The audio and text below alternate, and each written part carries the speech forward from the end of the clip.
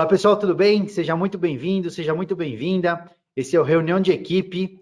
Eu sou Ricardo Dias Savoldelli, médico fisiatra, e aqui a gente fala tudo sobre a fase de transição para você poder atender melhor o seu paciente, os meus pacientes, os pacientes de todo mundo aí que estão saindo de um processo de reabilitação e passando para atividade física, tá bom? Estou aqui com meus dois grandes amigos, vou chamar um deles, o Luiz Felipe. Fala, Luiz! Olá, pessoal. Eu sou Luiz Felipe Paz, sou fisioterapeuta, especialista em RPG, quiropraxia. Sou Ricardo Protetti, sou médico do esporte, neurologista e profissional de educação física. Bom, hoje a gente tem um assunto bem importante para a gente conversar, né? E o que nós vamos falar hoje sobre, Palinha? Ricardo Felipe, pessoal, hoje a gente vai falar sobre o idoso, síndrome da fragilidade e algumas especificidades para a gente poder trabalhar bem essa parcela da população. Se a minha tela me ajudar aqui, deixa eu ver. Pessoal, a primeira vez que eu estou usando aqui, essa parte de tecnologia não é comigo, é com o Ricardo. Então, opa, agora acho que mudou para mim aqui. Deu certo? Todo mundo enxergando aí? Legal. Okay. Então, a gente vai falar um pouco aí sobre essa fase de transição, idoso nessa fase de transição. Não é segredo para ninguém que cada vez mais está aumentando o número de idosos na nossa população. Essa daqui é uma figura aí das nossas pirâmides da faixa etária, pirâmide etária, e agora em 2025 a tendência já é um pouco assustadora, e para 2050 o número de idosos vai estar ainda maior. Essa aqui é uma outra estimativa que é ainda pior, já mostrando uma inversão dessa pirâmide. Então, em 2050, teoricamente, teremos mais idosos do que pessoas na fase economicamente ativa, adolescentes e crianças. E tem algumas alterações que são inerentes do processo de envelhecimento, da senescência, que a gente tem que conhecer para poder prestar um bom atendimento para esses pacientes, né? Não adianta a gente achar que eles têm uma mesma compreensão física que os jovens, que não é bem por aí. Existem alterações em todos os sistemas, em todos os órgãos. Eu vou tentar hoje focar aqui naqueles que são mais importantes para a gente raciocinar em cima desse paciente, ou cliente, ou aluno, tá? Então, começando com as alterações neurológicas aqui, sempre quando a gente tem alguma alteração neurológica no idoso, a gente pensa em atenção, em memória, tempo de reação, resolução de problemas, habilidade visoespacial, capacidade de abstração, linguagem, para a gente talvez não tenha tanta importância, mas quando a gente está pensando em função, independência, qualidade de vida e atividade física para esses idosos, toda a parte de atenção, de memória, a gente tem que tomar cuidado, né?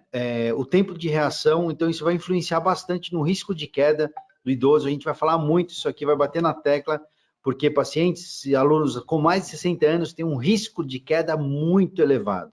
E sempre que a gente pensa num programa de reabilitação, depois num programa de manutenção, de prevenção de lesão e promoção de saúde, a gente tem que pensar no risco de queda e na prevenção de queda nesses alunos, ok?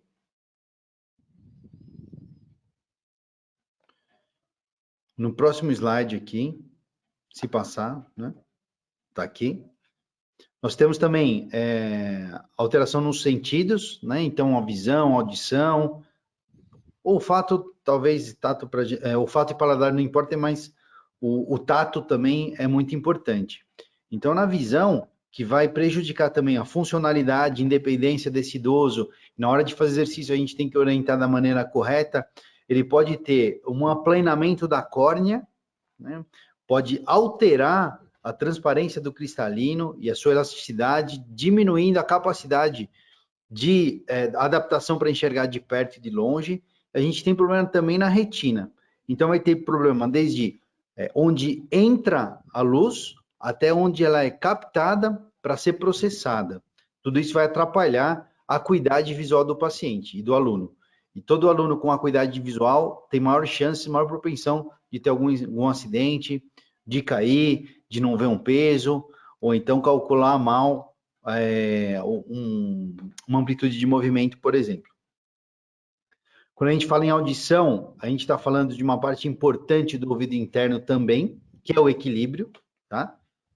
Porém, não só isso, tanto para receber ordens e comandos, quanto para o isolamento social, a audição é importante. Então, tem muito idoso que começa a ter perda auditiva e não sai mais de casa, não quer fazer exercício, não quer fazer atividade física. Então, a gente tem que tentar encontrar estratégias para melhorar isso. Às vezes, a nossa comunicação com ele tem que estar um pouquinho alterada, tem que estar adaptada. E não tem problema. Adaptando isso, a gente conseguindo trazer ele para o nosso ambiente, ou mesmo no ambiente dele, mas que ele consiga fazer exercício, atividade física, tá ótimo. O tato, então, é a propriocepção, que é um conceito importantíssimo, que também sempre trabalhamos com esses idosos, né? A partir dos 60 anos, a gente começa a ter algumas alterações aí desses receptores, então, eles diminuem na quantidade e aumentam o limiar de ativação. Então, toda a nossa noção do corpo no espaço está alterado. Isso também pode trazer maior risco de ter algum acidente e as quedas. Pessoal, se vocês tiverem qualquer observação que queiram fazer aí, Ricardo, Felipe, fiquem à vontade, tá bom? Podem falar aí, vamos embora. Uma das coisas que é importante, que às vezes a gente que parece que o olfato e o paladar não são importantes, assim, fala assim, mas ele não precisa disso para fazer exercício, mas a informação de que a pessoa está perdendo o olfato e o paladar, ela é importante porque ela pode ser consequência de alguns tipos de doença, né? Então, por exemplo, a doença de Parkinson, ela pode cursar com uma perda de olfato precoce. Então a pessoa começa a não sentir o cheiro direito e isso pode ser um sintoma inicial da doença de Parkinson. Algumas polineuropatias, e que muitas vezes a pessoa, ou pelo diabetes ou por alguma das outras causas de polineuropatia, que podem fazer com que ela tenha dificuldade de sentir o chão. Porque muitas vezes a polineuropatia, ela faz com que a pessoa tenha o que a gente chama de sinal de Romberg positivo, ou seja, ela depende da visão para manter o equilíbrio, para sentir a posição dela no espaço. A hora que ela fecha os olhos, ela não é capaz de sentir o chão. Ela é como se a gente estivesse sentado pisando numa almofada fofa. Então ela tem a tendência a cair. Então essas informações, elas por si só, assim, se o cara não sente cheiro, vai mudar a prescrição de treino dele? Pelo cheiro, não. Mas muitas vezes a perda de olfato, ela pode ser um indicativo de que alguma outra situação esteja acontecendo, e essa sim pode modificar a prescrição de treinamento. Perfeito. Eu ia falar uma coisa também, uma das áreas que eu trabalho, que é a reabilitação vestibular, a fisioterapia vestibular. Então, muitos pacientes idosos, eles vão precisar muito do educador físico, né? Porque na fisioterapia, se ele já tem uma alteração dessa parte, né, somestésica, você vai ter que usar muito mais a habilidade muscular dele para controlar o corpo. Como ele não percebe o chão, pacientes com polineuropatia, que o Ricardo falou, como eles não vão ter uma referência, né, desse sistema, tanto vestibular quanto a integração dos núcleos da base, tudo, ele não vai conseguir se manter em pé ou fazer treino, vamos supor, um treino sensório-motor, um treino de propriocepção corretamente. Mais do que nunca é preciso massa muscular, principalmente nos membros inferiores, quadril e tronco, para suprir isso daí. E isso a gente faz tanto na fisioterapia e tem que dar o prosseguimento durante o treinamento dele, o retreinamento, né? Eu acho que é até um tema para a gente fazer um vídeo só disso, desse treino de equilíbrio aí, que é essencial. O que vocês acham? Vamos. Esse é comigo. Beleza. Boa, beleza. Então, pessoal, é o que a gente mais trabalha, né? Uma das outras áreas que eu trabalho. Boa. Então, fiquem ligados aí, cenas dos próximos capítulos, trabalharemos equilíbrio e treino sensório-motor. Pessoal, qualquer coisa avisem aí, vamos falando, tá bom? Existem alterações cardiovasculares também, né? Então, toda a função do músculo cardíaco, ele pode estar alterado. Não vou entrar em grandes detalhes aqui, também é outro motivo para a gente fazer uma live aqui, porque tem muita coisa para falar, mas saibam que pode diminuir a fração de ejeção, pode diminuir a eficácia do coração.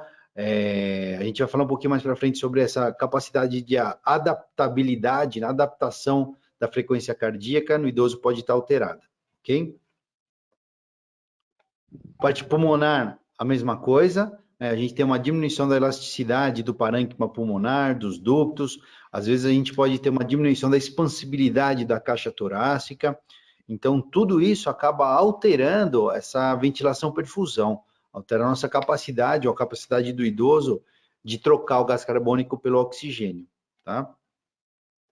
Posso falar uma coisa agora, Palhinha, também, em relação ao Covid-19, né? A gente vai ter uma demanda muito grande de pacientes de reabilitação pulmonar. Então, até os exercícios para reexpansão, para melhora da complacência pulmonar, elasticidade, todo mundo vai ter que fazer. Quem tiver alteração, né, tiver os casos mais graves, né, que a gente sabe da mais dos idosos, a reabilitação pulmonar vai dar um boom, eu acho. Um dos motivos que a gente escolheu esse tema de idoso é justamente por isso. A gente comentou em alguns vídeos atrás aí que agora ninguém está falando disso, porque a fase realmente é essa fase aguda, que todo mundo está preocupado em UTI, se vai para respirador, se não vai. Mas, pessoal, daqui a pouco vai ter um tsunami de pacientes pós-Covid com alterações respiratórias, alterações musculares, imobilismo, e mesmo quem não teve Covid, que ficou em casa sem fazer exercício, atividade, principalmente se estiver com mais de 60 anos, vai sofrer demais. Então, vai aumentar muito a demanda para o serviço de reabilitação e, num segundo momento, ou até concomitante, para o serviço de atividade física, academias, personal e tudo isso. Então, preparem-se, porque com certeza vai vir muita gente aí para vocês, tá? Posso seguir, galera? Tudo bem? Vamos. Então, na parte musculoesquelética, a gente vai ter alteração muscular, alteração óssea, alteração articular. Pensando um pouquinho nessa parte óssea, então a gente pode ter uma desordem dessa arquitetura óssea, comprometendo não só a densidade que a gente sempre fala, né, que vocês sempre ouvem aí, mas também a qualidade óssea. E isso que faz muita diferença e pode gerar maior número de fraturas por estresse, fraturas patológicas no idoso. Na parte articular também a gente tem alteração aí da cartilagem, da sinóvia, líquido sinovial, osso subcondral, ligamentos, tendões, todas essas estruturas podem estar alteradas com o envelhecimento. Então, a gente tem uma alteração da estrutura da matriz extracelular na cartilagem, pode ter alteração da mitocôndria do condrócito, que vai levar a uma apoptose, então essa destruição das células, né, essa osteoartrose. Não se esqueçam que a gente sempre fala de causas biomecânicas, então a gente tem que trabalhar muito bem isso daí para tentar evitar e tentar proteger a nossa articulação. No osso subcondral, os estudos ainda são um pouco controversos, não tem nenhum estudo que realmente mostrou o que acontece pormenor com a cartilagem, ok? Desculpa, com o osso subcondral. Na parte de tendões e ligamentos, a gente pode ter uma reorientação das fibras do colágeno. Então, aquelas fibras que na arquitetura também, elas eram todas bem direcionadas e tudo isso, com a idade, depois de 60 anos, e conforme a gente vai aumentando de idade, essa estrutura pode estar alterada, e isso vai mudar a resistência, todo o trabalho que esse tendão consegue fazer. Você pode ter, inclusive, uma mudança do tipo de fibra de colágeno. Então, as rupturas, tendinopatias, sobrecargas, podem estar aumentadas nesses pacientes com mais de 60 anos. Existe também uma neovascularização, tá? Isso daí acontece. E uma coisa que é interessante é que quando a gente começa a mudar o tipo de fibra e a reorientação, a gente começa a mudar o vetor de força, né? O vetor que é gerado nesse tendão.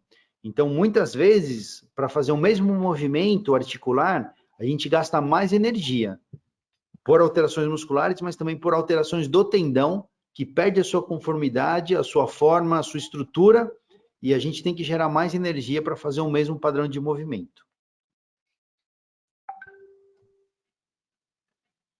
Então, essa história dessa mudança do vetor de força.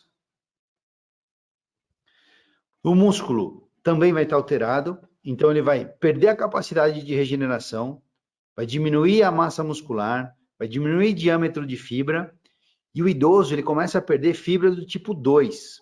Então, só para lembrar, nós temos alguns grupos de fibras musculares, também é outro tema específico para uma reunião aqui, mas classicamente, né, nós temos a fibra do tipo 1 e a fibra do tipo 2, e essa fibra do tipo 1 é uma de velocidade de contração lenta, e o idoso acaba perdendo essa fibra do tipo 2, que é uma fibra de velocidade de contração rápida.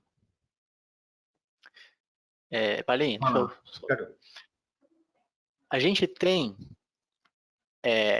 alguns trabalhos que falam até em 11 tipos de fibra muscular, né? Porque a gente tem o que a gente chama de fibras híbridas, porque tem as fibras puras, que elas são mais bem definidas e mais bem especializadas, e tem as fibras híbridas, que elas normalmente poderiam atender uma variedade maior de velocidades de contração, embora ela não seja muito boa para nenhum das duas, nem da contração lenta nem da contração rápida, ela acaba conseguindo participar dos dois tipos de contração. E quando a gente está sedentário, imobilizado, ou quando a pessoa vai envelhecendo, a gente tem um aumento no número da quantidade de fibras híbridas em relação à quantidade de fibras puras. Então, isso é um dos mecanismos que pode contribuir na redução da força e na redução da velocidade de contração nos pacientes mais idosos. Show, excelente. Como eu disse, eu acho que é um tema para a gente conversar numa live só disso, Ricardo, que é bem legal, hein? Sim. Felipe, alguma coisa? Tá de boa. Beleza. E aí a gente entra num dos temas da moda, né, que é a sarcopenia. Então, hoje, muita gente comentando sobre isso, já existem congressos específicos sobre sarcopenia, os estudos aí estão explodindo também, é um conceito bem importante. Então, existem alguns consensos, né, mas basicamente essa sarcopenia poderia ser definida como perda de massa da função muscular relacionada com a idade, associada à redução de força ou função. Tem um outro grupo, né, que prefere dividir essa história de sarcopenia entre sarcopenia e dinapenia. E aí sim, a dinapenia seria essa perda de força e função. A função é um marcador importante para a gente. Ricardo, o que você pode nos dizer disso aí, que você é um estudioso aí da sarcopenia e dinapenia? Então, uma das coisas que a gente tem que entender é que muitas vezes a gente chega e joga a culpa só na quantidade, na massa do músculo pela perda de força. Isso nem sempre é verdade. A gente tem vários fatores que podem estar envolvidos na diminuição de força. Então, desde uma redução do volume cortical, redução de fibras mielinizadas cerebrais e da medula espinhal, uma redução na frequência de disparo, um número menor de unidades motoras e o tamanho das unidades motoras também diminui. Mas a gente tem, inclusive, a redução do conteúdo proteico muscular como uma causa importante e não necessariamente do jeito que as pessoas imaginam. Porque as pessoas conseguem pensar muitas vezes, quando a gente fala em proteína muscular, de proteína contrátil, actina, miosina. Né? E às vezes a gente tem outras proteínas que são tão importantes quanto e que uma deficiência nelas pode gerar essa redução de força. Passa a tela para mim um pouquinho, Palinho, por favor. Então, a gente tem outras proteínas e que muitos estudos já mostraram uma redução importante nas células musculares dos idosos que também podem influenciar nessa perda de força. Eu não vou entrar em detalhes disso hoje, porque a gente vai ter um encontro só para falar disso. Tá? Mas lá na fibra muscular, a gente tem uma coisa que chama junção triádica. Tá? Essa junção triádica ela é feita por um túbulo T, que é essa invaginação da membrana da fibra muscular, que ela tem a função de permitir que a despolarização da membrana pelo estímulo dos nervos chegue no interior da célula muscular de forma mais eficiente. Ela é ligada a duas cisternas do retículo sarcoplasmático, que é uma estrutura que está dentro da célula muscular, que ela é especializada na liberação e na recaptação de íons cálcio. E a gente precisa muito de íon cálcio para contração muscular, porque é ele que libera o sítio de ligação da actina para a miosina conseguir ligar nela e gerar contração. Então, sem cálcio, a gente não tem contração muscular. Então, essa junção triádica aqui, ela é extremamente importante. Quando a gente dá uma olhadinha mais perto nela, a gente vê que a gente tem aqui um túbulo T, que é essa estrutura aqui, e essa parte azul, que é o retículo sarcoplasmático, uma das cisternas do retículo que é ligada no túbulo T. Aqui é para onde está descendo o estímulo elétrico, o estímulo de despolarização de membrana. A gente tem aqui na dihidropiridina, que é esse DHPR, que é o nosso sensorzinho de voltagem. Então ele percebe que está tendo essa despolarização e vai avisar lá o retículo sarcoplasmático que ele precisa soltar cálcio. A gente tem diversas proteínas pequenas, né, que a gente chama de proteínas triádicas, que elas têm influência nesse processo e que um bom funcionamento delas é importante para que isso consiga funcionar. Eu não vou entrar em detalhes hoje de cada uma delas, que vai ter uma conversa só sobre elas, mas, por exemplo, o idoso tem muitos trabalhos mostrando uma redução importante dessa proteína aqui, que é a proteína de face juncional, que é a JFP45. Tá?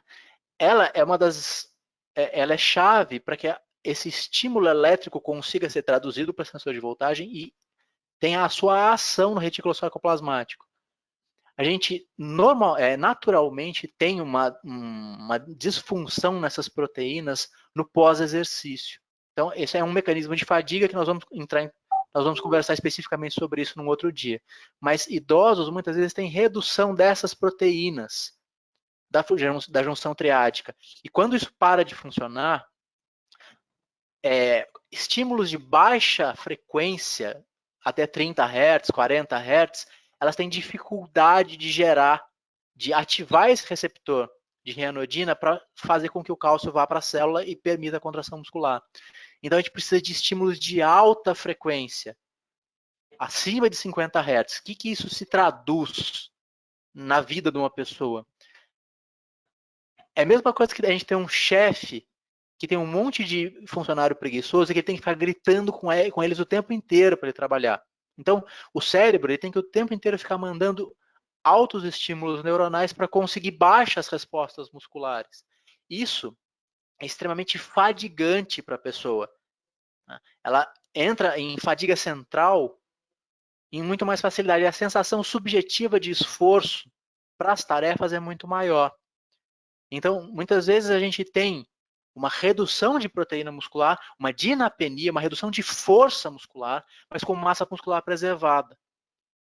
Então a gente olha para a massa muscular do idoso, está normal, não está atrófico, não está aquele músculo sarcopênico franco. Mas apesar da massa muscular ainda estar relativamente preservada, a força muscular desse idoso pode estar reduzida. Esse aqui é um dos motivos. Né? Essa redução de algumas proteínas importantes que tem lá dentro da fibra muscular, que muitas vezes elas não têm relação direta com o mecanismo contrátil. Força e, num segundo momento, função, né, Ricardo? Sim, sim.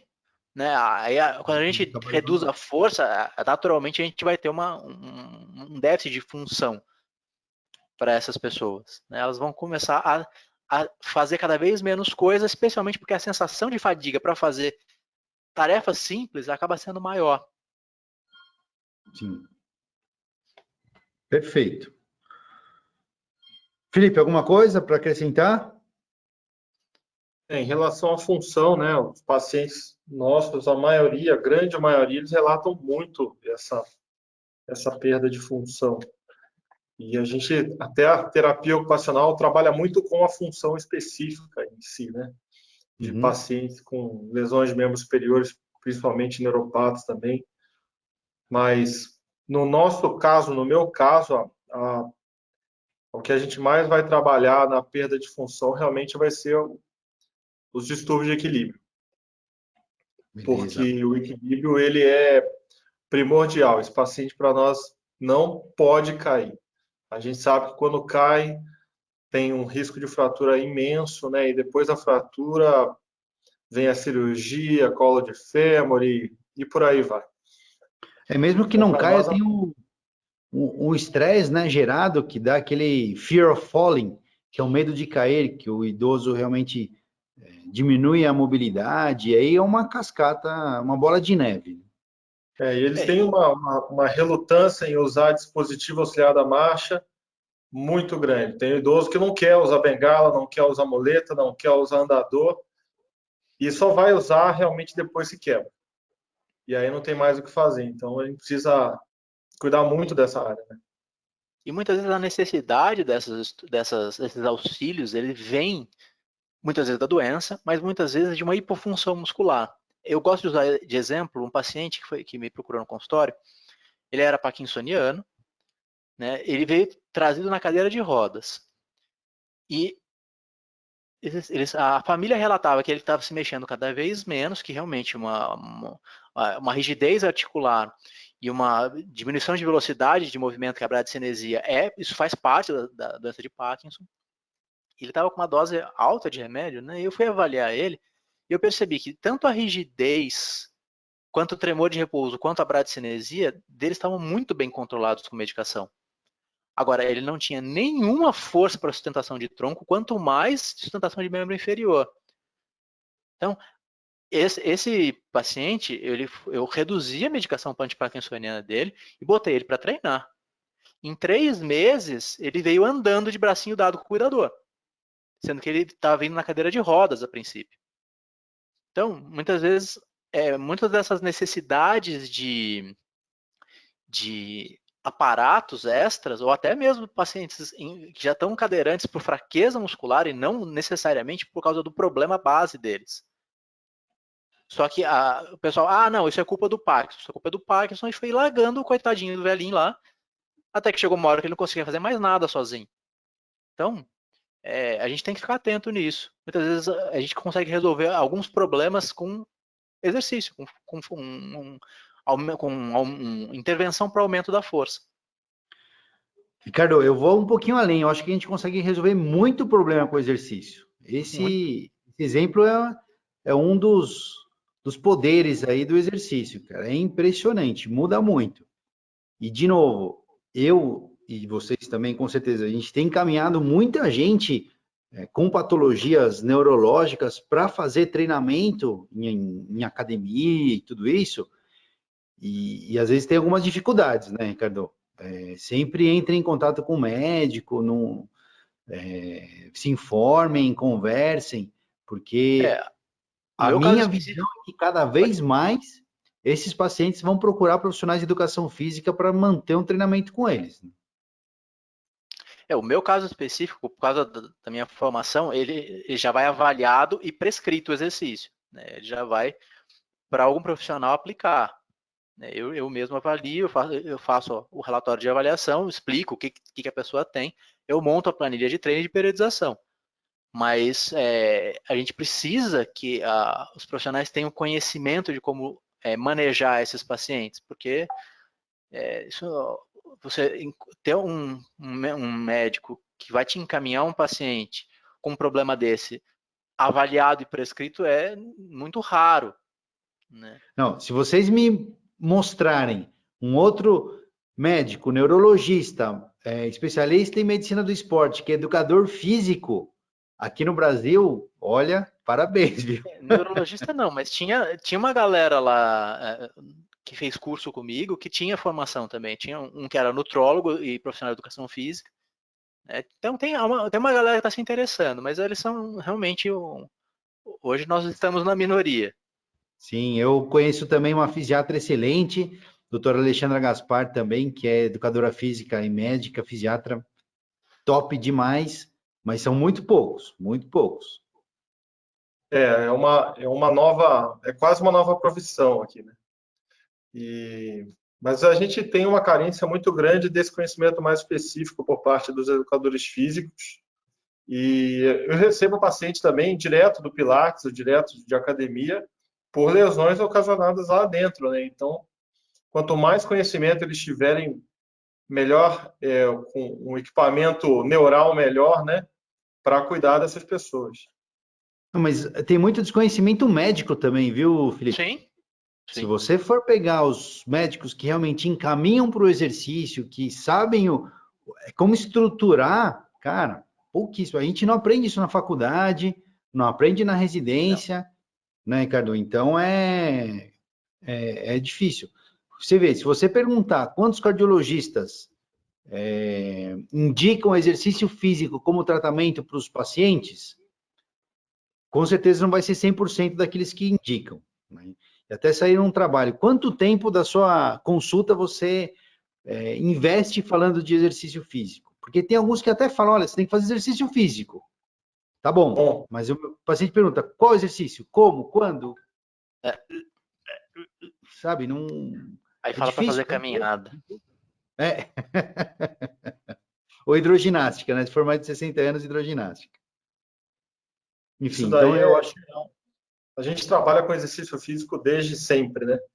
E quanto mais a gente percebe a necessidade do exercício como tratamento, que na física a gente chama de cinesioterapia. Então, a cinesioterapia é um mundo dentro da fisioterapia. Hoje em dia, cada vez menos a gente está usando laser, ultrassom. Ultrassom, então, quando os aparelhos em si estão cada vez menos sendo usados. E existe uma resistência muito grande dos próprios pacientes que foram mal acostumados por outros fisioterapeutas, que usam aparelhos demais. E quando você tenta colocar a cinesioterapia para a vida dele, eu falo, ó, o exercício você vai começar aqui e você não pode parar. É para a vida inteira, não é para ficar bonito, é para ter saúde. O exercício é saúde.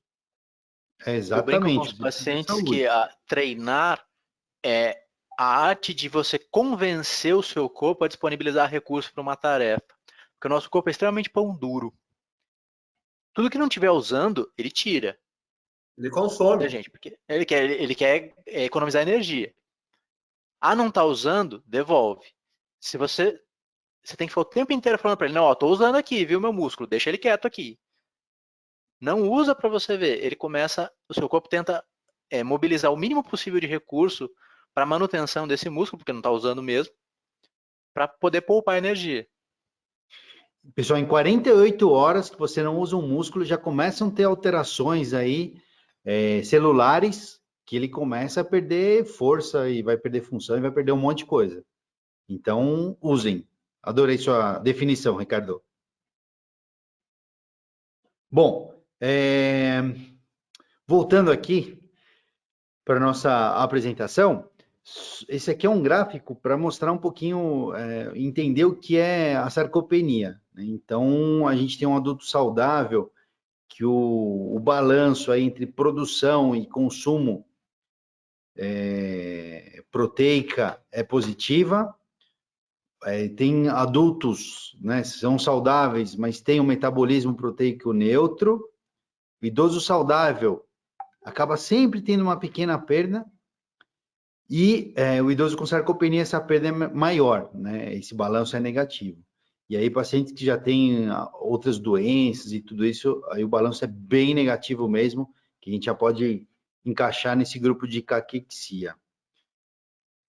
Ricardo, algum comentário aqui? Podemos seguir? Não? Bora.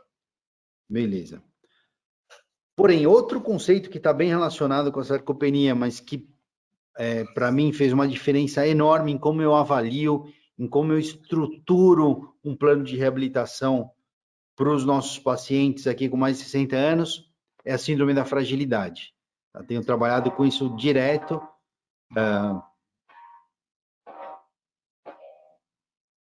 Desculpem, o Cuco aqui despertou. Então, a síndrome da fragilidade, tenho trabalhado com isso direto já há alguns anos e realmente muda conceitos, né? Muda como a gente pode tratar e oferecer o melhor tipo de acompanhamento para esses pacientes com mais de 60 anos.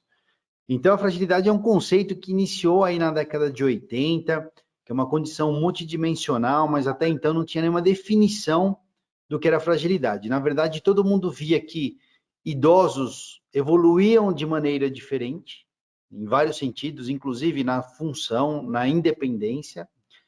Então, aquela história de ter um idoso com 65 anos, mas que parece que tem um corpo de 70, 80, um idoso de 80 anos que continua ativo, continua fazendo exercício, atividade, vai no banco, consegue ir no supermercado, se vira direitinho. Ninguém sabia exatamente por que isso acontecia. Ah, é uma questão genética, não é? O que aconteceu? Enfim, e tudo mudou em 2001, quando uma geriatra americana, a doutora Fried, e uma equipe, eles começaram a estudar a sério isso. Eles falaram, não, a gente tem que tentar entender um pouco mais. E aí eles pegaram mais de 5.000 pessoas, né, homens e mulheres, e acompanharam, fizeram um follow-up aí de até 7 anos. Pessoal, na área de reabilitação, poder fazer um trabalho desse aí com mais de 5.000 pessoas e fazer um follow-up grande é incrível. O pessoal da cardio, diabetes, tal, eles têm N's enormes, né? Mas nós dessa área de exercício e atividade não temos um N tão grande assim. Então foi um trabalho bem significativo aí na época. Eles acompanharam esses pacientes e viam vários aspectos dessa pessoa. Depois iam vendo quais eram os desfechos desse paciente. Então, o que acontecia com esse paciente, né? Os outcomes. Se esse paciente era internado, se ele tinha maior chance de ter infecção, se ele caía mais, até se ele ia a óbito mais precocemente. E aí eles fizeram uma regressão e viram e queriam conferir se tinha algum critério, alguma coisa que era mais comum nesses pacientes que tinham piores desfechos. E aí eles vieram com esse conceito do fenótipo da fragilidade. Eles conseguiram ver que existem 5 critérios que estão diretamente relacionados aos maus desfechos de pacientes idosos. Então, a perda de peso não intencional, a exaustão, o hand grip, a força de preensão, né? A inatividade física e baixa velocidade de marcha diminuída. Então, se o paciente apresentar esses 5 critérios, ele tem maior propensão. Fizeram até uma divisão, então, se o paciente não tem nenhum critério, ele é considerado um paciente robusto. 1 ou 2 desses critérios, ele é considerado um paciente pré-frágil. 3, 4 ou 5 critérios, um paciente frágil. Depois saíram vários trabalhos, várias maneiras de tentar identificar também a fragilidade. Existem várias tabelas aí validadas, tem alguns que são só questionários, que são bem interessantes, mas esse é o mais clássico aqui, foi assim que a gente começou. Na população em geral, geralmente nós temos aí uma incidência de 60% de pré-fragilidade, mais 10 a 15% de fragilidade, dependendo um pouquinho do país que esse trabalho está localizado. Mas basicamente é isso, 60% a 65% de pré-frágeis, 10, 15% de frágeis e os outros robustos. E Ricardo, Felipe, desses cinco critérios, vocês imaginam qual é o mais prevalente, o que aparece mais nesses pacientes com fragilidade? Inatividade. É isso que eu ia falar. Exatamente. Sedentarismo, inatividade física. É chocante até, né? Mas aquilo que está nas nossas mãos, nas mãos dos pacientes, dos alunos, que é fazer atividade física, era o que é mais prevalente. Então, existe uma relação muito grande aí entre não fazer exercício e ter essa síndrome da fragilidade. E como eu disse, qual é o problema, né, de ter a síndrome da fragilidade? É que você tem maior propensão de ficar internado, de cair, de ter desfechos ruins. Então, só para a gente entender, esse aqui é um gráfico que eu estou mostrando interessante, que é de funcionalidade sobre o tempo. tá? Essa aqui seria uma faixa de independência desse paciente. De novo, como reabilitador, eu trabalho muito com essa questão de função. O Felipe e o Ricardo também. Para a gente, função é o que comanda aí. Então, imagine um paciente com mais de 60 anos não frágil, né? Ele estaria aqui vivendo o dia a dia dele numa boa, fazendo as coisinhas dele. De repente, ele tem um fator estressante externo, que aqui no caso do exemplo é uma infecção urinária. Mas poderia ser uma pneumonia, poderia ser uma queda, uma descompensação da diabetes, qualquer coisa desse tipo. Ele vai ter um prejuízo da sua dependência, tá? Ele vai diminuir um pouco, que pode ou não chegar aí a ficar dependente, mas depois a recuperação é rápida, ele consegue atingir os níveis que antes ele estava apresentando em termos de atividades do dia a dia. Um paciente com a síndrome da fragilidade, isso não acontece. Então, ele sim pode estar independente, porém, a reserva funcional que ele apresenta é muito menor, né? Ele está muito mais próximo dessa faixa de dependência. E aí, quando tem um fator estressante externo, que a mesma infecção do trato urinário, ele deixa de ser independente e passa por uma fase de dependência. Então, é muito comum a gente ver um idoso que era completamente saudável, interna por algum motivo, bufo, e não consegue andar mais, né? Ou então perde muito da sua força, da sua capacidade de fazer as atividades do dia a dia. Com o treino, pode ser que ele alcance novamente essa zona de atividade que ele tinha, mas vai demorar muito mais tempo. E nesses pacientes frágeis, pode ser que ele nem alcance essa fase de independência que ele tinha. Ok? Então, esse é um grande conceito aí dessa parte de fragilidade, que é a diminuição da reserva funcional em vários órgãos que acabam diminuindo essa capacidade de adaptação do idoso a novas realidades. Ok?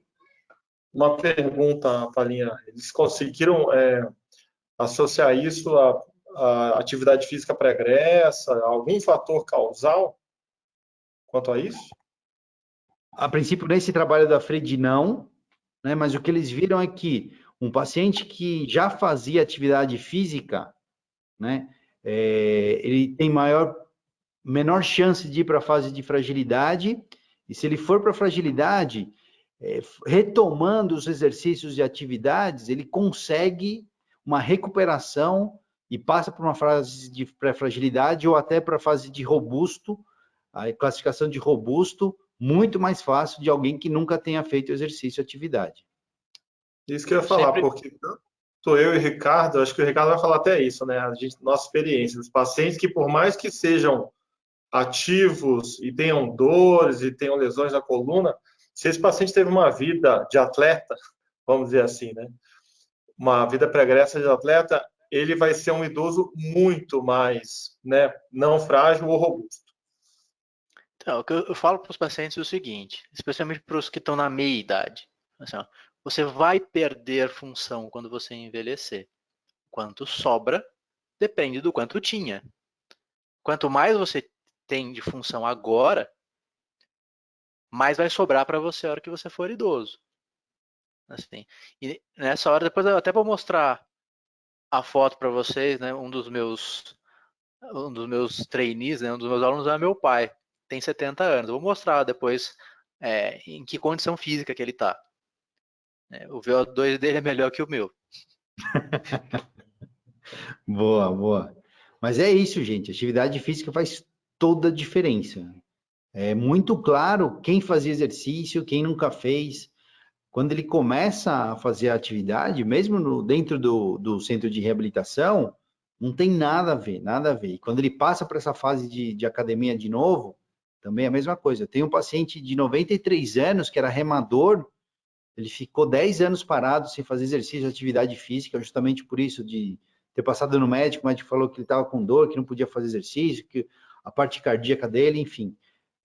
Quando ele retomou os exercícios, a recuperação dele foi muito melhor, muito melhor. E, em compensação, tem pessoas aí com 65 anos que nunca fizeram atividade física e que não tiveram o desempenho que ele tiveram. Porém... A gente chama isso de memória muscular. Né? Exato. Mas cuidado, não usem isso como desculpa para não começar atividade física, hein?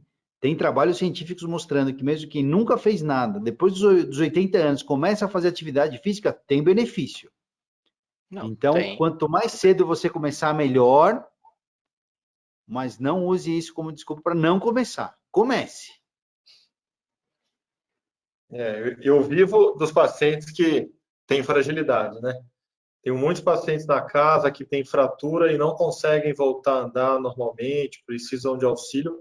E por mais que a gente trate deles, faça um programa de fortalecimento, tanto domiciliar quanto fortalecimento na clínica, eles não, é como a Paninha falou, eles não retomam a função. E para você colocar na cabeça da família que fisioterapia, treinamento, não é todo dia, né? É muito difícil, pelo menos um básico para ele fazer, ele tem que fazer todo dia um pouco, como o Parinha falou, 48 horas já tem alteração. Nessa pessoa que é mais frágil, essa alteração vai ser maior. E o paciente, tem paciente que quer fazer uma sessão por semana, né? Isso não existe. Ó. Na minha concepção de fisioterapia, de atividade física para esse tipo de pessoa, óbvio que é melhor que nada, né? Mas... E agora a gente tem o oposto do espectro, né? Tem algumas pessoas mais idosas, não tão idosas ainda, chegando nos 60, 65 anos, que às vezes elas estão com mais tempo livre e que elas eram ativas fisicamente e que agora resolveram que vão fazer uma carga absurda de atividade física, sendo que a capacidade de adaptação do organismo ela tem uma redução com a idade. Mesmo para jovem, a carga que alguns deles fazem é muito. Teve uma senhora que veio me procurando porque ela estava com dor de cabeça, desânimo, náusea constante. E ela começou, ela falava que piorava muito quando ela fazia exercício. Eu falei, ah, tá bom. O que a senhora faz de exercício? Ah, eu faço zumba, dança cigana, spinning, musculação, corrida. E ela foi dando uma lista assim de coisas. Eu falei, mas quantos dias na semana a senhora treina? Ah, eu faço uns 3 treinos por dia. Falei, calma, espera aí, a gente precisa organizar. O exercício ele pode ser diário, só que nós precisamos organizar para permitir a recuperação. Isso, inclusive, vai ser a fadiga e recuperação vai ser um tema de uma reunião futura daquele assunto que a gente conversou, da junção triádica. A gente precisa dar o tempo de recuperação e, dependendo da faixa etária e da condição física da pessoa, ela precisa de mais tempo de recuperação. Só que é para isso que serve a divisão de trabalho. Você organiza o treinamento da pessoa, o exercício que ela vai fazer, de forma a respeitar o tempo de recuperação dos grupamentos musculares que estão sendo usados. Você pode fazer exercício todo dia, não tem nenhum problema. E no caso desses idosos, nós estamos passando exercícios de intensidade muito baixa. Então nós temos que dar uma sobrecarga de volume para a gente conseguir ter uma boa resposta. A gente não consegue dar exercício de alta intensidade para eles no primeiro momento. Então a gente acaba tendo que nos apoiar no volume para a gente conseguir um estímulo muscular adequado. Isso aí, tudo a seu tempo.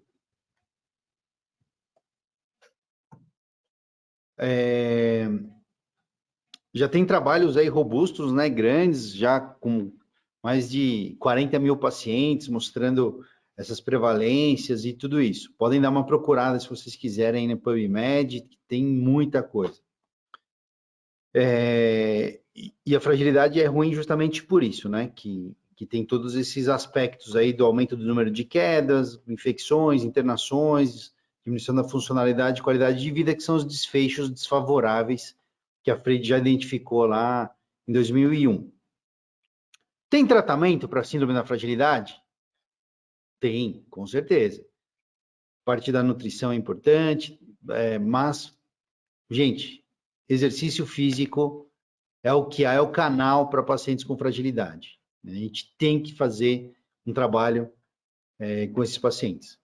A grande questão, e que ainda não está totalmente elucidado, né, os trabalhos não trazem 100% de certezas, mesmo porque nessa nossa área é um pouco difícil essas certezas, se é melhor fazer um trabalho aeróbico, um trabalho de fortalecimento resistido, quanto tempo cada um, Se você vai trabalhar resistência, vai trabalhar força, vai trabalhar potência, você tem que trabalhar equilíbrio, você tem que trabalhar propriocepção.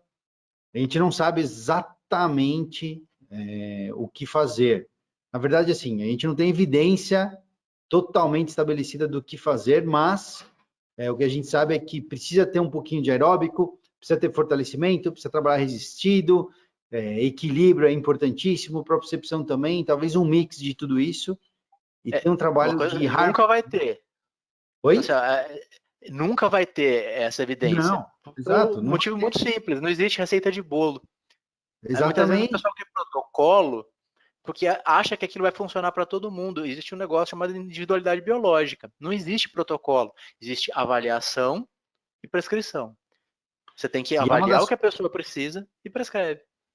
E é uma das coisas que mais nos questionam, né, de outras especialidades médicas. Ricardo, não sei se acontece isso com você, né, mas você pega um cardiologista e o cara fala, pô, mas saiu um trabalho com 30 mil pacientes, não sei o quê, e vocês não conseguem... Cara, uma coisa é você pegar 30 mil pacientes que têm hipertensão e que tomam ou não tomam um remédio, um medicamento, né? Ou que tomavam um medicamento e vão passar a tomar outro. Isso é uma coisa. Agora, exercício, reabilitação, cara, é totalmente diferente a estrutura desse trabalho, né, Ricardo? Sim. A gente tentar fazer receita de bolo, quando a gente está falando em exercício, é exercício em futilidade. Não vai conseguir. Porque não existe receita de bolo. Cada pessoa ela tem uma característica específica.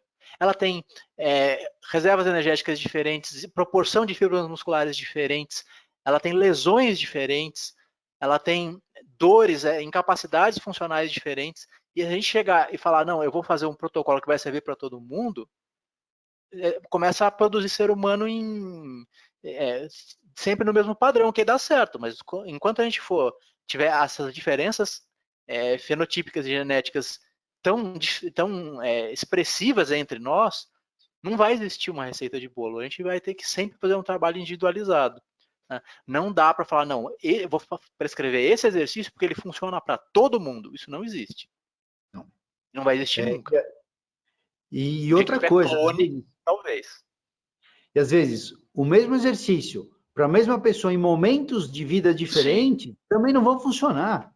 Sim. Então, não tem como. Mas o que eu estava falando é que tem um trabalho super legal do pessoal lá do Spalding Rehabilitation, que é o centro de reabilitação lá de Harvard, trabalhando potência nesses pacientes aí e resultados muito bons, muito bons. Vocês costumam trabalhar potência nos pacientes idosos, pessoal? A velocidade de contração é importante porque uma das coisas que mais acontece é a lentificação dos movimentos. Isso é uma das coisas que faz com que a pessoa tenha déficit funcional. A maior parte dos nossos músculos, eles são feitos para contração de velocidade. Tá? Isso a gente vê porque a alavanca da maioria dos nossos músculos é uma alavanca interpotente. A alavanca interpotente, apesar de ela ter desvantagem mecânica, ela está numa situação em que um pequeno encurtamento do músculo gera uma grande amplitude de movimento. A gente olha para o bíceps. A inserção do músculo é aqui, a carga está aqui embaixo. Então, eu encurto um pouquinho ele, a amplitude de movimento que eu gero lá na minha mão é enorme. Então, isso aqui é um músculo adaptado para velocidade de contração. Tá? A maior parte dos nossos músculos interpotentes ela tem essa característica. Embora ela tenha que fazer mais força para gerar a carga, por estar em desvantagem mecânica, a amplitude de movimento que elas geram num pequeno encurtamento muscular é grande. Então, quando o idoso ele começa a perder velocidade, ele começa a reduzir demais a capacidade funcional e a potência é o produto da força pela velocidade. A gente precisa, normalmente, quando a gente perde um dos dois, a gente vai ter uma perda de potência. Então, se a gente trabalhar a força e trabalhar a velocidade, a gente automaticamente tem um ganho de potência. Eu ia falar dessa parte também. Quando você tem um paciente com uma tendinopatia, vamos falar assim, você vai ter uma restrição quanto a trabalhar um movimento com velocidade, um paciente com hernia de disco. Mas se você está já numa fase mais tardia, né, da reabilitação, você precisa trabalhar. Eu vou falar assim, nem todo movimento que você vai fazer no seu dia a dia, você vai fazer que nem uma tartaruga. Você não pode treinar só como tartaruga também, né? As reações de equilíbrio, principalmente, são todas movimentos bruscos. Então, você precisa trabalhar esse paciente numa velocidade diferente.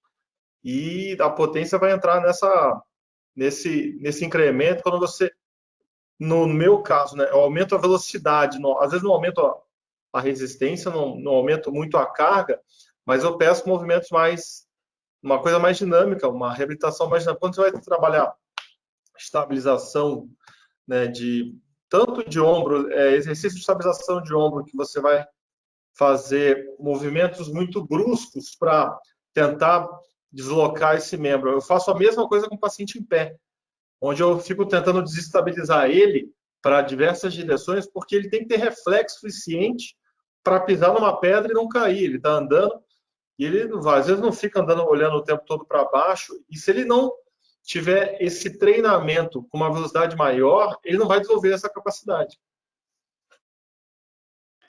Vocês sabem que teve uma vez, eu encaminhei uma paciente de 69 anos, que passou em reabilitação com a gente para atividade física e pedi para fazer um treino de potência e tudo isso e tal, me colocando à disposição para conversar, para discutir o caso. E aí ela voltou dizendo que não fez porque achou que o professor falou que eu era maluco, que passar um treino de potência para o idoso, onde já se viu. Mas, gente, é importante. Lógico que tem pacientes e pacientes, mas sim treinamos potência em pacientes idosos com mais de 60 anos. Beleza? Sim. Era isso que eu queria mostrar para vocês aqui, queria discutir e acho que foi super legal. Aqui, deixa eu ver se eu consigo parar de dividir a tela para voltarmos todos. Ok, estamos aqui. Vou dar um exemplo que eu atendi uma paciente hoje, né? E essa paciente, ela estava com uma tetraparesia, já está praticamente reabilitada, e hoje eu treinei potência com ela, porque a gente estava tentando fazer um tipo de agachamento com ela que ela não conseguia sentir um nível de cansaço, uma fadiga muscular importante. Eu falei, vamos diminuir o arco de movimento, mas aumentar a carga e você vai aumentar a velocidade. Aí a gente conseguiu levar a fadiga e fiz algumas séries com ela. No final do atendimento, tadinha, ela estava bem fadigada, pedindo para eu ir embora, como sempre. Mas Você só ela tem está com a cara minha de bonzinho, evolução. então, né? Não é bonzinho. O Ricardo sabe, não tem nada de bonzinho aqui dentro. Então, que você só tem a cara de bonzinho. Exatamente. Né? Mas não é. Então, e essa parte da velocidade, a gente tem que separar o que é um treinamento quando você está objetivando performance e quando você está objetivando o ganho funcional, né? Então, a gente tem no comprimento, na curva comprimento-tensão, a gente sabe que, especialmente na fase excêntrica, mas também na concêntrica, a gente tem alguns estímulos maiores, a gente tem uma maior tensão muscular em velocidades mais lentas, tá? Especialmente na fase excêntrica, mas o treino de força com velocidades maiores, ele é mais funcional, porque normalmente a gente trabalha, a nossa velocidade operacional é mais rápida. Então, a gente usar todos os recursos que estão à nossa disposição, falar assim, não, hoje o meu objetivo é dar maior estímulo muscular para aquele treino específico. Aí você pode reduzir a velocidade de aplicação da carga, né? Você pede para fazer um movimento mais lento. Quando a gente nosso objetivo aquele dia é trabalhar uma situação mais funcional, normalmente a gente é obrigado a ajustar essa velocidade. E cada velocidade de execução de um movimento, ela tem suas vantagens e suas desvantagens, né? A gente ganha algumas coisas com a lentidão, perde outras e vice-versa. Então, é sempre importante a gente saber o que cada recurso nos fornece para que a gente possa organizar e usar todos. Porque às vezes eu ouço gente falando, não, porque treinar lento não pode, porque é ruim, porque aumenta a fadiga muscular, aumenta a fraqueza muscular após treino, e a gente não está aqui para deixar a pessoa mais fraca, está aqui para deixar ela mais forte. Por outro lado, a gente fala assim, não, se você faz o movimento rápido demais, você consegue ativar menos pontes cruzadas concomitantemente, a sua capacidade de produzir força é menor, isso é verdade. Né? Mas isso não quer dizer que esse estímulo não possa ser usado. Então, todo tipo de ferramenta, ela nos dá uma adaptação. A gente tem a obrigação de saber o que cada uma nos dá para saber programar e utilizar todas de forma consciente, né? Não ser aleatório. Ah, não, esse mês aqui vamos fazer só exercício rápido. Não, esse mês vamos fazer exercício mais lento. Não, vamos entender o que a gente está fazendo e vamos colocar aquilo numa progressão para a gente conseguir o resultado que a gente quer lá na frente. Então é sempre importante a gente saber o que aquilo que a gente está fazendo está gerando de benefício para a gente. É um plano terapêutico, né? A gente tem que ter em mente isso, com objetivos de médio, curto e longo prazo. Tudo tem um porquê, não tem nada jogado. E avaliar o seu paciente e saber o que é melhor para ele. O objetivo é uma coisa que eu estava falando, Rick, o objetivo final dele, né? Então a gente tem que ter o objetivo, às vezes ele nem sabe, o cara chega na academia, nem sabe o objetivo realmente que ele precisa, mas com uma orientação boa e sabendo, delimitando os objetivos que ele quer, e você já tem essa ideia de progressão, como você vai fazer essa progressão, até você pegar o que eu falo, pega um cadeirante e coloca ele jogando alguma coisa. Óbvio, dentro da sua limitação, mas a gente tem que ter em mente exatamente isso, né? O sistema de progressão de exercício. A gente tem que calcular exatamente cada variável de exercício que vai poder dar suporte para aquele objetivo. E a gente tem que ficar atento também que assim, tem o objetivo que é o que a pessoa quer. E tem o objetivo dela. Aí temos o nosso objetivo, que é o que ela precisa. Então, mas às vezes acontece isso. Chega lá, o paciente lá no consultório, aí eu vim aqui porque eu quero correr. Ah, você quer correr? Não, eu já corro, mas é aquela pessoa que está começando, né, iniciante, não é um atleta já. Fala, então tá bom, vamos fazer a avaliação. E a hora que você avalia, você vê que a pessoa não tem a menor condição de correr. Ainda. Né? E aí, a hora que ela vem buscar a primeira planilha de corrida dela, a única coisa que não tem na planilha é corrida. Né? Ou então você vai lá e coloca um treininho num dia da semana, assim, bem light, só para ele sentir que ele está correndo, para não assustar muito ele. Você fala assim, ó, a gente precisa primeiro fazer um trabalho estrutural. Por quê? Porque quando a gente faz o trabalho estrutural concomitante, isso é meio problemático. Isso é até muito questionado em atletas, algumas partes da preparação física. Porque, por exemplo, você vai lá, pega uma pessoa que um jogador de futebol, um outro jogador que corre, fala assim, então, para a gente evitar a canelite, a gente precisa fortalecer o tibial anterior. Só que durante a atividade de treino dela, ela já está solicitando bastante o tibial anterior. Aí você vai lá e coloca um exercício extra para ela fazer concomitante ao treino. Então você já pegou o músculo que já estava fadigado, fadiga mais ele ainda e depois bota ele para tentar estabilizar a corrida. Então, muitas vezes, não, romper às vezes nem tanto, mas ele não vai conseguir opor a força angulada que vai ser gerada na tíbia pela batida do pé no chão. Então, muitas vezes você precisa limitar quando é possível, né? Num atleta profissional isso é mais difícil, mas numa pessoa que é recreativa, você limita a atividade inicialmente que ela quer, porque não é o que ela precisa naquele momento. Aí você faz um trabalho de base, prepara aquela musculatura, aquela estrutura para ela receber aquele trauma que ela vai receber quando ela estiver correndo, e aí você bota ela para correr. Então, muitas vezes a gente precisa ter os dois objetivos assim em vista, o que a pessoa quer e o que ela precisa. Porque às vezes se a gente dá só o que ela quer, ela se quebra nesse processo para chegar. Então a gente precisa, eu sempre falo, você tem que avaliar e você tem que ter conhecimento para mostrar para a pessoa que aquilo que ela quer não é hora ainda. Assim, mas calma que a gente chega nisso rápido, se você tiver um bom comprometimento.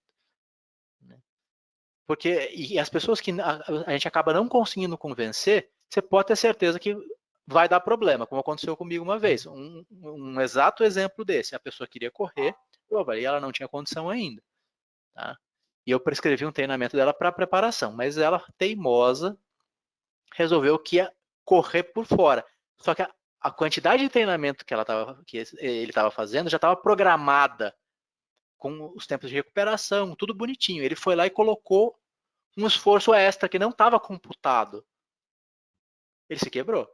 Tá? Ele tinha um joelho ruim e ele queria correr. Falei assim, olha, vamos preparar isso primeiro. A gente vai ganhando um pouquinho de capacidade aeróbica na bicicleta. Qualquer coisa a gente coloca um treininho livre de corrida na semana, tá? Um contínuo de baixa intensidade. Né? Fiz a espirometria dele na esteira, porque é o que ele queria. Mas falei, vamos fazer primeiro um treinamento de base. Ele teimou e quis treinar a corrida além daquilo que eu tinha passado. Ele fez o treino que eu passei para ele. E aí sim, aconteceu que aquela musculatura que devia estabilizar estava fadigada, porque eu não coloquei a corrida na conta da recuperação. Isso gerou um estresse excessivo e ele se lesionou. Então, Mas a assim, gente vive disso, né? Não pode reclamar muito. A gente vive disso, né? Não. Se todos Ali não eu fizessem certo, a avisei. gente não trabalhava, né? Mas o nosso objetivo é tentar dar Minimizar. a melhor saúde, a melhor qualidade de movimento para as pessoas e permitir que elas atinjam os objetivos delas com a maior segurança física possível. E isso entra no idoso também, porque tem idosos que têm uma capacidade funcional excelente. Quer ver? Me passa a tela, Palinha. Deixa eu compartilhar aqui uma coisa com vocês. Vamos ver se eu consigo aqui de novo. Você vai falando, uma paciente me procurou porque ela teve uma otite média que gerou uma encefalite, e ela ficou com uma hemiplegia à esquerda e uma afunção, uma perda de função completa vestibular à direita. E o objetivo final, o objetivo principal dessa paciente era voltar a andar de salto alto. Né? E eu, olhando aquela marcha dela, super complicada, ela perguntou para mim, eu vou conseguir andar de salto alto? Eu falei, não, vamos trabalhar, vamos treinar, e daqui a um tempo eu tento te responder essa sua questão. O objetivo dela era realmente andar de salto alto. E nos primeiros treinamentos que eu passei para ela, que era o treino no reflexo vestíbulo ocular, ela falou assim, eu já treinei isso daí e não resolveu nada. Aí eu falei para ela assim, você treinou todas as progressões? Porque ela fez o tratamento aqui na Unesp. E ela falou assim, que progressão? Aí eu mostrei as progressões de treinamento. E ela falou assim, não, nunca me passaram um exercício e mandaram embora para casa. Então, a gente está cheio de profissionais aí que atendem, vou falar da minha classe, né, de fisioterapeutas, que atende o paciente, manda embora para casa, manda fazer em casa, não reavalia, não tem uma progressão. E ela conseguiu andar de salto alto, obedecendo as progressões, e a gente foi alcançando esse objetivo, que era dela e virou meu também. Então, esse daqui é meu pai, né, que é um dos meus trainees. Ele tem 69 anos. Essa é a condição física que ele está. Faz musculação, anda de bicicleta em trilha e faz corrida, meio fundo. Né? Então, quando a gente pega, às vezes, fala paciente de 70 anos, nós temos os dois extremos. Nós temos uma pessoa que tem uma capacidade funcional excelente e que você vai treinar ele praticamente como uma pessoa mais jovem. E a gente tem aquela pessoa que está numa condição física terrível e que a gente tem que fazer uma progressão pedagógica muito lenta com ela para a gente desenvolver capacidade neural, desenvolver capacidade muscular para devolver a função. Né? Então a gente tem os dois extremos e tem muita gente que fala assim, mas eu não consigo fazer as coisas porque eu tenho 65 anos. Né? Ele eu sempre uso de exemplo. Assim, ele tem 69. Então, assim, a gente consegue, o quanto sobra para a gente depende do quanto a gente tinha. Se a gente estimular, a gente consegue recuperar, talvez não no mesmo nível que a gente conseguiria num jovem, mas a gente consegue recuperar a função motora. Então, é sempre importante a gente ter em mente de que é possível, e que às vezes pode ser inicialmente difícil, mas depois que engrena, a gente consegue bons resultados. O negócio é sair da inércia. Ainda mais pacientes que nunca fizeram exercício, atividade. Tem gente que nunca entrou numa academia, nunca andou numa esteira, nunca pegou halter, nem nada disso, TRX, TeraBand, então nem pensar. Então, realmente, avaliar esse paciente, ver as capacidades, ver incapacidades, lembrar dessas alterações de todos os sistemas, né? Sistema nervoso central, músculo, tendão, osso, e montar um programa específico para ele. Muito bem? Muito bem, acho que podemos encerrar. Pô, acho que foi sensacional. Felipe, alguma coisa? Não, tá tudo bem, eu acho. O que eu sempre falo todo final, fique de olho no seu colinho, no seu cliente, no seu aluno, atenção o tempo todo nele. É isso aí. Ricardo, mais alguma mensagem aí? Não, por hoje é só e fiquem atentos aí para os nossos próximos encontros, que a gente vai ter bastante assunto interessante para discutir. Assunto não falta, falta tempo, né? Por mim, se eu pudesse todo dia conversar com vocês aqui, ia ser demais. Mas infelizmente ainda não dá. Vamos ver se a gente consegue organizar alguma coisa nesse sentido aí, que ia ser sensacional. Pessoal, Beleza. valeu, obrigado. Obrigado, Felipe, obrigado, Ricardo, obrigado, pessoal de casa. Valeu, galera. Valeu, esse foi o Reunião de Equipe. Se ligue nas nossas redes sociais, se inscreva no nosso canal, sempre assuntos muito interessantes aqui sobre essa fase de transição, biomecânica, exercício, atividade. E é isso aí. Hoje falamos sobre idoso, fragilidade. Espero que tenham aproveitado. Qualquer dúvida, qualquer questão, é só deixar aqui pra gente. Valeu, pessoal. Até mais. Abraço. Valeu. Falou.